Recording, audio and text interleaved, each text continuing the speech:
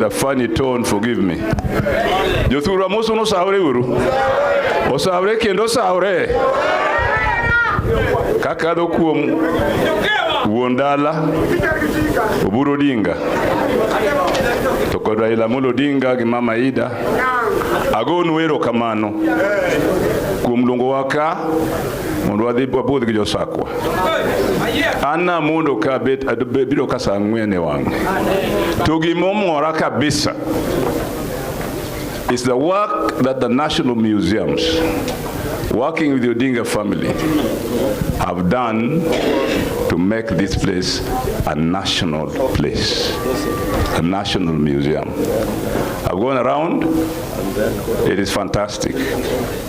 I think this is built for the future.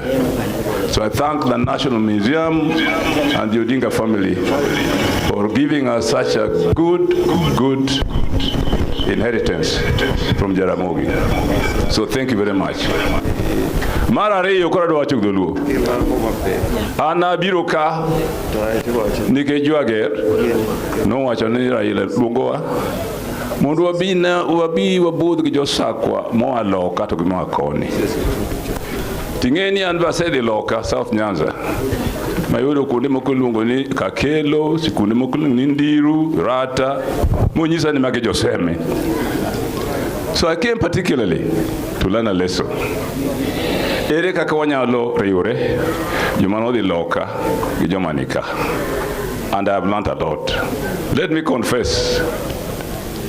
I said some Raila's book, Flames of Freedom, and I'm very impressed how he can trace his lineage in that book. I can't.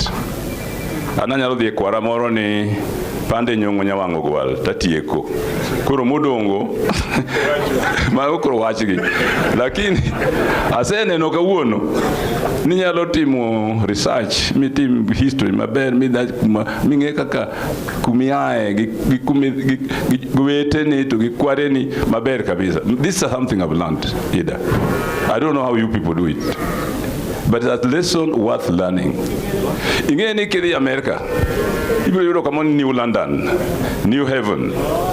Kidhi Ulaya, yudo London gi Heaven. Joka kano di America to okwigi owili kumane giae. New York. Koro gichako nying kumane giae mondo wi nyithindgi kik wil. To samoro ino ka in America, tiyudo jomoko mon York makocha gi New York nigi society moro mariwogi. This is something very important. So I think, thank you so much, the Odinga family, for showing us this as an example of what we should do all of us, like Jim said. So I've really learned a lot today by coming here. Coming here early, Mama Susan gave me some tea. I've really learned a lot. Thank you so much. Now, let me just say something very brief before I sit down, because I think the time is also very late for some of you who are going far. There is currently a lot of talk as Raila goes to the AU about change, about whatnot. Some people are even talking, I've seen in the papers, that one of the biggest achievements of our constitution, and Raila, you know how we struggled for this, Jim, you know that, one of the biggest achievements of the constitution of 2010 was devolution, was definitely devolution.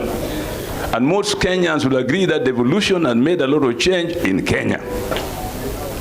Now you can fund services in the village which were never there. Health services, ECDs, Yore, na kadhalika. Now some people are now beginning to debate about counties. New counties should be reduced, should be made fewer, and so on. If you want to say anything about the Constitution, let us talk about the Constitution in total. Let's go back to Bomas and review the Constitution. Personally, if you ask me, the counties are here to stay. The only thing we can discuss at Bomas is how best can we improve our politics so that the politics of tribalism is buried. Hamasivyo. The politics of tribalism is buried. Now, even yes, we are working together with Ruto and so on, but look at how appointments are done in the ministries, in permanent secretaries and so on. And yet Parliament cannot discuss that meaningfully. Personally, if we went back to Bomas today, what would I propose to kill tribalism or control it better would be to have a parliamentary system of government where people form political parties. They are free from political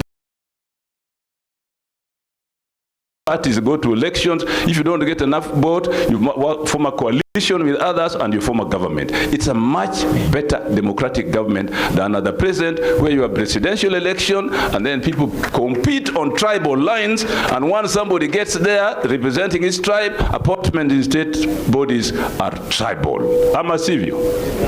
So I think let us be very, very frank with Kenyans, especially those of us who have been in the forefront of taking this country forward like the Luo people.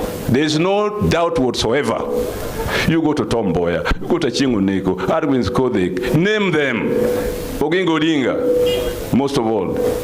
These are the people at the hardest of times took risks to show this country where it was going. Then Raila came and gave us leadership, took risks to show where Kenya is going. And we have never wavered, like Nyong'o said, to follow that footsteps. And therefore, I think if people are talking about change of the Constitution, let's go back to Kenya, to Bomas.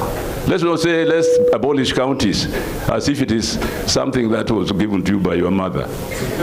It was a struggle. It was a struggle. People struggled for it. And there was a reason why counties were established, 47 of them. Because even then, people were proposing 14. And we refused. We said, no, let the people decide so that they are better represented by counties, by devolution. So I think let's be very clear. I know that as Raila is still alive, whether at AU or whatever, but he's still there. And so it is just a phone call away. We can have Zoom. What stops us from having Zoom meetings? We can have Zoom meetings and get his advice and move forward. And we can institutionalize that very efficiently. So have no fear. Have no fear, ladies and gentlemen. Have no fear, fellow Kenyans. Have no fear, Josakwa. Have no fear, Jo Kenya. Bwana Yesu asifiwe.